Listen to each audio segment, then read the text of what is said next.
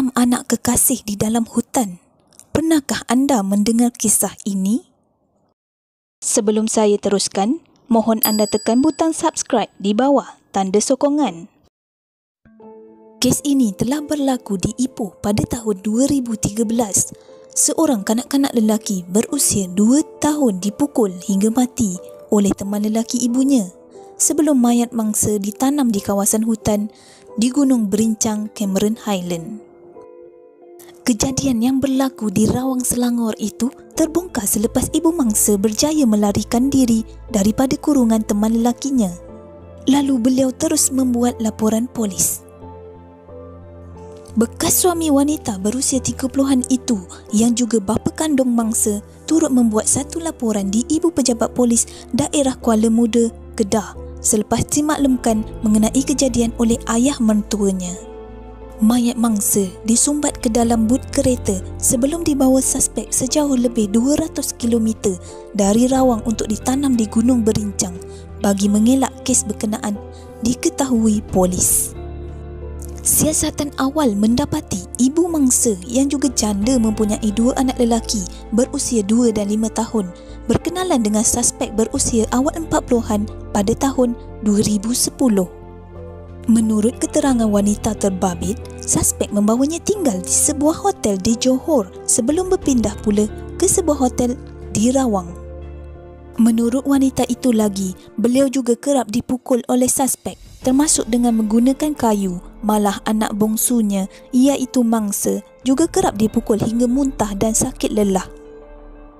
Wanita itu sering merayu supaya anaknya itu dibawa ke hospital bagi mendapatkan rawatan. Namun, suspek enggan berikutan bimbang kesan lebam kecederaan akibat dipukul itu diketahui oleh doktor.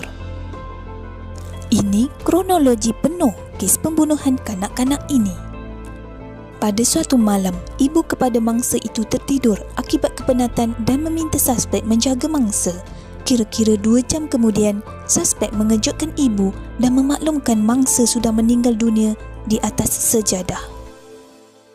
Ibu mangsa meminta suspek membawa mayat anaknya itu ke hospital, namun suspek enggan kerana takut ditangkap polis. Keesokan harinya, suspek membungkus mayat kanak-kanak itu dengan kain sebelum disumbatkan ke dalam but keretanya dan terus memandu menuju Gunung Berincang dengan membawa bersama ibu dan abang mangsa berusia 5 tahun. Sebaik sampai di satu kawasan yang sunyi di gunung itu, suspek dikatakan menggali lubang dan menanam mayat mangsa sebelum kembali semula ke hotel sewaan mereka di Rawang. Mereka terus menginap di hotel itu sebelum berpindah ke sebuah rumah sewa di Country Homes, Rawang. Ketika tinggal di rumah sewa itu, suspek terus-menerus memukul dan mendera wanita itu dan seorang lagi anaknya selain tidak dibenarkan keluar dari rumah. Namun, wanita itu berjaya melarikan diri ketika suspek tidak berada di rumah. Dengan bantuan orang awam, wanita itu membuat laporan mengenai kejadian dia didera dan kematian anak bongsunya di Balai Polis Rawang. Wanita itu kemudiannya pulang ke kampungnya di Kedah, memaklumkan kejadian yang berlaku kepada ibu bapanya.